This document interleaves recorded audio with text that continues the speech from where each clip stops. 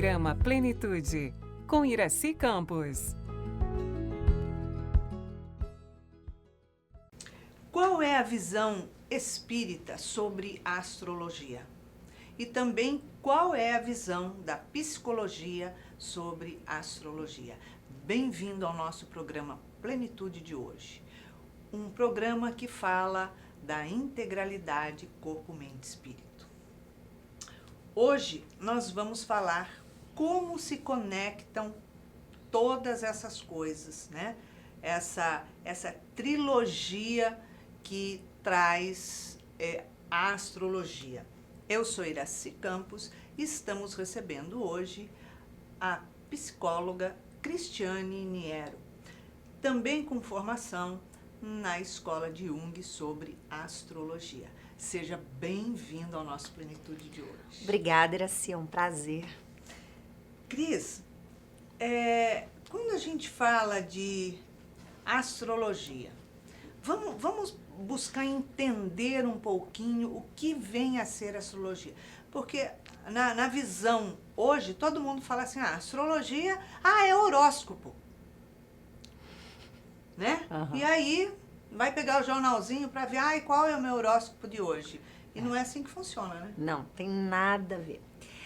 Eu acho legal a gente começar introduzindo, fazendo uma pequena introdução do que é a astrologia, como ela nasceu. A astrologia é uma ciência milenar, a gente chama de ciência porque, já vou chegar lá, ela é uma ciência milenar que começou antes de Cristo, tanto que os 3 reis magos eram astrólogos e seguiram uma conjunção no céu de 2 planetas, né? Um deles é Júpiter, que é o que mais brilha, né? Que foi quando Jesus nasce. E essa conjunção interessante, ela se repetiu em agosto de 2022. Olha só. A mesma conjunção.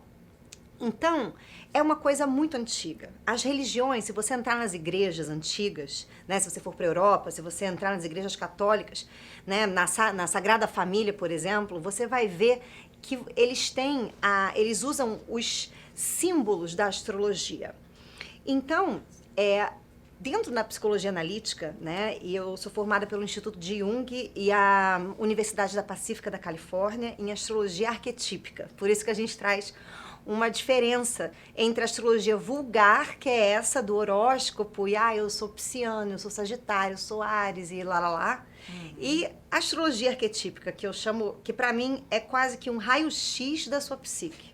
É um mundo oposto a esse que a gente está vivendo, né? Não é Márcia sensitiva, vamos dizer assim, entendeu? Tem nada a ver. Então, esses símbolos, a astrologia, ela nasce, segundo Jung, a astrologia é a prima mais velha da psicologia. Ela nasce de uma necessidade do ser humano de explicar a si mesmo. Então, a primeira maneira que isso foi criado, que isso foi feito, foi projetando as qualidades da psique humana que apareciam através dos deuses, através, né, das projeções nos astros. Então, a posição dos astros não interfere tanto assim na nossa vida. Então, na astrologia arquetípica, nós não trabalhamos com trânsitos, por exemplo. Mercúrio retrógrado. Essa gente, tô com vontade de morrer. Entendeu? Mas é assim, aí todo mundo para e vira uma justificativa boba, né? Porque eu sou assim. Não tem nada a ver com isso. A gente trabalha, a gente diz que existe uma sincronicidade entre essas projeções desses símbolos, né? E nós vamos buscar toda a ciência da astrologia dentro da alquimia, por exemplo, dos princípios alquímicos, dentro dos princípios da física, né? De tudo isso. E Jung percebeu essa relação. No livro Sincronicidade, que é o livro dentro da obra completa dele, se eu não me engano, é o volume 8, que tem acho que 8.1, 8.2, e lá vão os 8. Ele fala sobre isso, ele faz um estudo comparando, né, horóscopos, comparando mapa astral, comparando transições, e ele chega nesse ponto que existe uma sincronicidade que acontece quando você nasce, e que os planetas que a gente nomeia, por incrível que pareça, são todos nomes de deuses, que os deuses são os arquétipos da psique junguiana. Então você projeta. Então o mapa astral passa a ser uma forma, é como se fosse um raio-x do seu corpo. Se eu tiro um raio-x do seu corpo, eu consigo ver o seu corpo inteiro. Mas isso não quer dizer que eu vou curar a tua gastrite, que eu vou curar o seu osso quebrado. Isso quer dizer que eu tenho um mapa, um guia seguro para entender certas coisas. E a partir dali, eu evoluir, eu trabalhar em cima dos meus complexos. Então, é assim que a gente utiliza. E o interessante é que você falou da espiritualidade, e aí eu trouxe um trecho do livro O Consolador, psicografado por Chico Xavier, do Espírito Emmanuel, aonde ele diz, na resposta, né, 140, que eu vou ler a pergunta e a resposta, ele diz assim: os astros influenciam igualmente na vida do homem? Resposta: as antigas assertivas astrológicas têm sua razão de ser. O campo magnético e as conjunções dos planetas influenciam no complexo celular do homem físico e em sua formação orgânica e em seu nascimento na Terra. Porém, a existência planetária é sinônimo de luta. Se as influências astrais não favorecem a determinada criatura, urge que elas lutem contra os elementos destruidores, porque acima de todas as verdades astrológicas temos o Evangelho. E o Evangelho nos ensina que cada qual receberá por sua obra, achando-se cada homem sob a influência que merece. Uau! Uau! Delicado. Então, nós conseguimos unir. É engraçado que dentro da doutrina espírita existem muitos espíritas que, acho que é uma ignorância, né, de não ter acesso ou não ter estudado, né, os livros que a gente tem como referência, né, não fazem essa separação do espiritismo, da astrologia. Passa por cima, ignora como se fosse uma coisa fosse crendice. Passa isso que ele diz assim, tipo, influencia sim, mas é bobeira. E ou senão nem tem essa ideia, né? E isso vem de um dos nossos médios mais, né, precisos de Chico, através das palavras de Emmanuel. E Jung, ele não leu Chico, nem Emmanuel, mas ele percebeu isso. Então, em muitos dos seus atendimentos, quando você tem, por exemplo, um cliente que vem repetindo a mesma coisa para você, sempre, sempre, sempre, sempre, aí você fala, meu Deus, e você não consegue fazer a pessoa perceber. Muitas das vezes, dentro de um atendimento analítico, quando a gente tem especialidade em astrologia arquetípica, a gente usa astrologia. Então, quando você abre o mapa da criatura, você vê todos os complexos que ela tem, os harmônicos e os desarmônicos. E como é que a gente percebe isso dentro da astrologia? São os aspectos que os planetas fazem entre si. Então, os aspectos que nós chamamos de desarmônicos, porque são aspectos, por exemplo, que vão representar 180 graus. Então, um está olhando para esse lado, o outro para esse. Né? Um está olhando para cima, o outro está olhando para o lado. Né? Que são as quadraturas. Esses aspectos desarmônicos são todas as potências que nesse indivíduo estão fragmentadas. Que vão ser fragmentadas. Não importa onde ele nascer. A influência que ele recebe vai gerar essa manifestação. Então, quando alguma coisa na sua psique está fragmentada, é quando você oscila entre os polos. Então, essa tensão é a única coisa que permite evolução. Na astrologia vulgar, as pessoas falam, são aspectos difíceis. Na psicologia analítica, nós chamamos de aspectos essenciais para o movimento da consciência. A consciência só se faz quando você separa e une, porque a separação permite você conhecer os polos e aí a sua consciência permite a você reunificá-los. Entendi. Entendeu? Então, a gente olha dessa forma. Então, às vezes, você pega num atendimento a pessoa que repete padrão. Eu só me relaciono com pessoas assim. Você abre o mapa dela, você vê o complexo paterno, que é desarmônico na vida dela. Você vê, por exemplo, um sol que não conversa com a lua. A lua são as nossas emoções, é a nossa maternidade, a nossa nutrição. Fala da nossa mãe. Tanto e da que experiência. Quando a mulher está grávida, se aproximando para ter filhos, Exato. Isso já é histórico na humanidade, que falam, não, vamos ver quando vai ser a mudança da lua para o nascimento dessa criança. Pois é. E a gente projetou na lua, que trabalha com as marés, com as águas, porque a água é o símbolo do afeto. Afeto é o símbolo das nossas emoções, da nossa nutrição psicológica, emocional, o nosso complexo materno. Então, vou dar um exemplo pessoal. que eu descobri dentro do curso, porque a primeira coisa que a gente olha é o nosso, né? Com certeza, né? Você vai correndo lá, tipo assim, opa, onde é que eu tô aí? Exato. Desagradável. E eu tenho uma história interessante que a minha mãe conta, que quando ela estava grávida de mim, de 8 meses, ela foi assaltada. E ela foi roubado dela um pingente que ela tinha do pai dela, que tinha dado para ela, o único presente que ela tinha do pai. E ela, na hora que ela viu o ladrão batendo a mão no peito e puxando, ela saiu correndo atrás dele, correu 4 quadras atrás do bandido, num salto escarpão, porque minha mãe não consegue andar de rasteira, não sei porquê, num salto escarpão, grávida de 8 meses, a polícia viu ela correndo, teve que cercar a rua, pois ela, quando chegou no policial, pegou, entrou com as unhas nele, e até hoje, quando ela conta essa história, ela fala, não sei como isso me aconteceu. Minha lua é em Áries. Áries é o signo guerreiro, é um signo de fogo, é um signo explosivo, é um signo que ama e odeia na mesma intensidade. É um pequeno vulcãozinho. E aí, interessante, minha mãe, né? E o mais interessante é que o complexo materno vai falar da visão que eu tenho sobre a minha mãe e de como que eu me nutro. Então, sou uma pessoa que eu tenho zero paciência pro drama, pro sofrimento, pra dor, eu não tenho paciência para essas coisas. Eu gosto de aprender e seguir a lua, a emoção, né? E na minha cabeça, isso desde sempre, minha mãe é uma fortaleza. Ela é sagitariana, né? Então, ela tem a consciência, a gente brinca que Sagitário é aquele que joga uma flecha ali no monte e fala, vou ali. E aí ele tratora tudo que está na frente dele, como o fogo em labaredas, sabe? Que vai assim.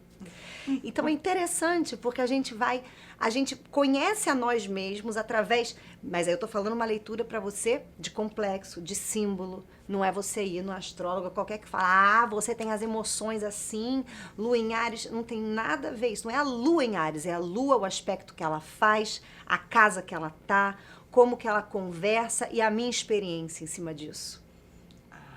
Entendeu? Quer dizer, não é uma coisa solta que você pega ali, é um padrão. Não é um padrão. É como se fosse assim. Vou dar uma explicação. Nós temos 4 elementos na astrologia: fogo, ar, água e terra. Se a gente comparar isso com as funções da consciência, por exemplo, o que é a função da consciência? Quando o bebê nasce, a consciência, ela vai começar, consciência, o ego, que a gente chama, o complexo de eu, ele vai começar a se constelar mais ou menos a partir dos 4 anos e meio, que é quando a criança começa a se separar do todo, a ter um pensamento um pouco mais contínuo, e ela tem a noçãozinha de eu. Então, mas antes dela descobrir qual é por exemplo, a forma de consciência que ela vai ler o mundo, existem 4 que estão relacionadas com os 4 elementos da astrologia. Sim. Ela passa pelos 4. Então, o bebê, quando ele nasce, ele passa pela intuição, que é o fogo. Então ele intui quem é a mãe, ele intui quem é o pai, ele intui quem é o estranho, mas ele não entende. A intuição, ela vem que nem um cavalo. Né? A pessoa sabe sem saber o porquê que sabe. E vê os bastidores da vida. Então, normalmente, os signos de fogo, as pessoas do signo de fogo, do sol de fogo, quando elas não adquiriram uma função da consciência forçada, que a gente fala, porque a família é muito diferente, então ela tem que entrar na caixinha, e ela consegue prevalecer na sua função de consciência, isso vai falar no mapa dos aspectos que o Sol dela vai fazer com todos os outros planetas, em que casa que tá. Então, a gente consegue ver. Então, passa pela intuição. O segundo que a criança passa é a sensação, que é o elemento terra, que aí vamos falar dos signos de terra, né? Então, ela passa, por isso que ela põe tudo na boca, ela passa a ter contato com o corpo, toque. Depois ela passa para o sentimento, que é a água, no elemento água, que é a capacidade de atribuir valor a alguma coisa. Não tem nada a ver com emoção, emoção todo mundo tem. Sentimento é valor, atribuir valor, a importância que isso tem na minha vida, a importância das coisas. Então, a criança passa por isso. E o último é o pensamento, que é a lógica, é a consciência. Então ela vai se adaptar. E é extremamente interessante quando você pega um mapa de alguém e você vê, às vezes você vê uma pessoa que é do sentimento, a função oposta ao sentimento, que ela nunca vai ter. Em conflito. E ela está em conflito porque toda a família é pensamento. Então, pensamento é o ar, função ar, os signos de ar.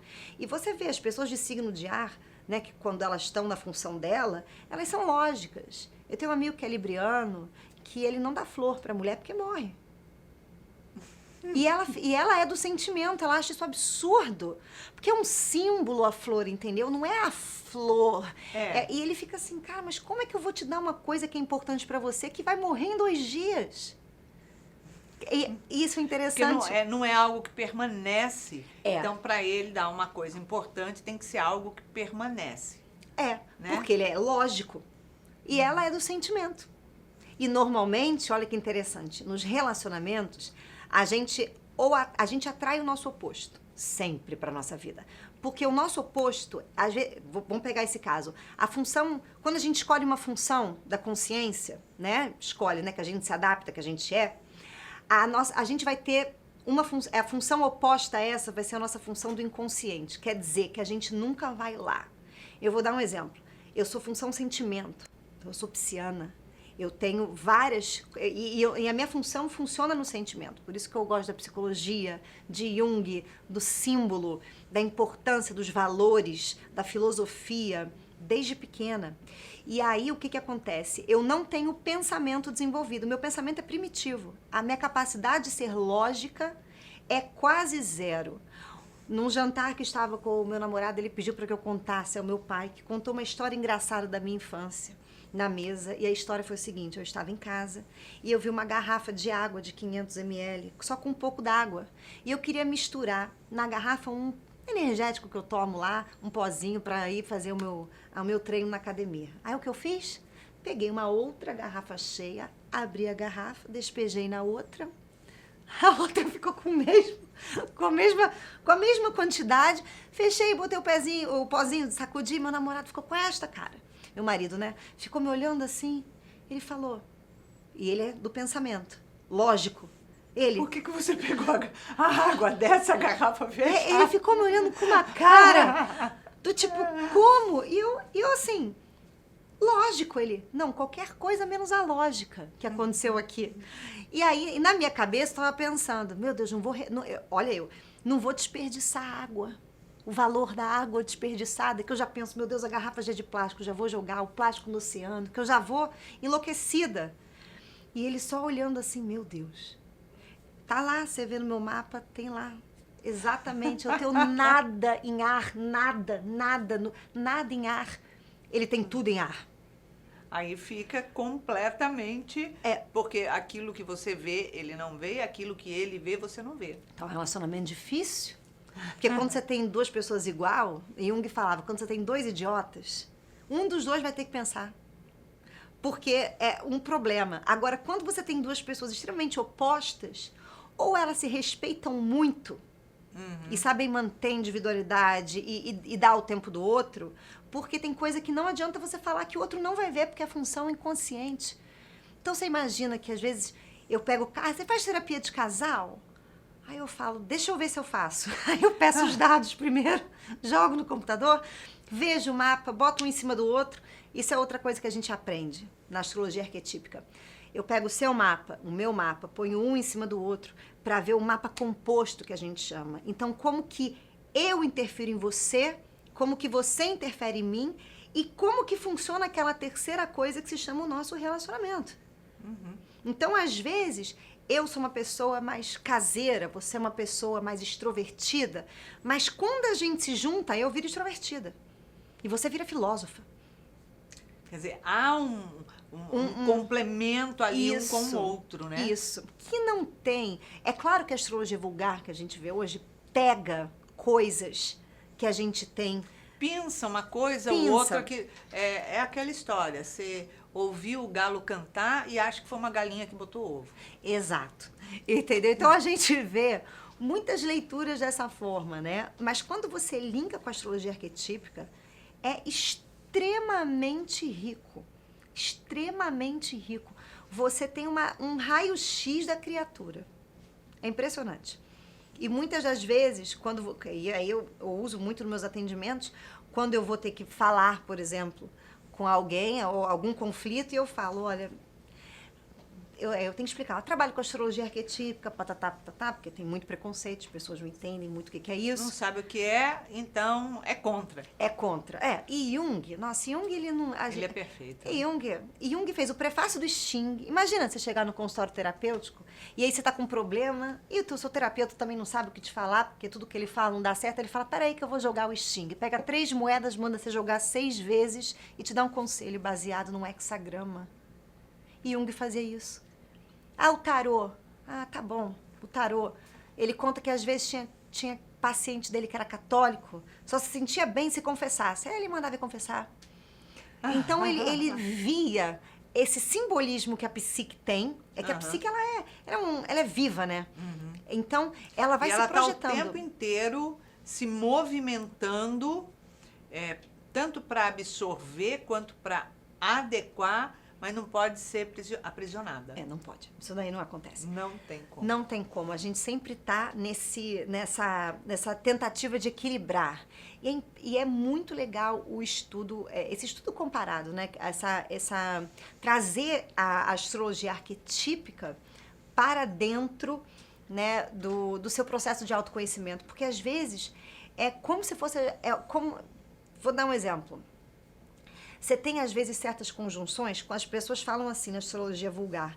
Quando você tem muita coisa harmônica, você é inconsciente daquilo. E eles estão com uma certa razão, porque quando você tem muitos complexos harmônicos em você, um complexo harmônico na psique, ele age tranquilamente. Você faz aquilo sem problema. Agora, um desarmônico é onde está a sua tarefa.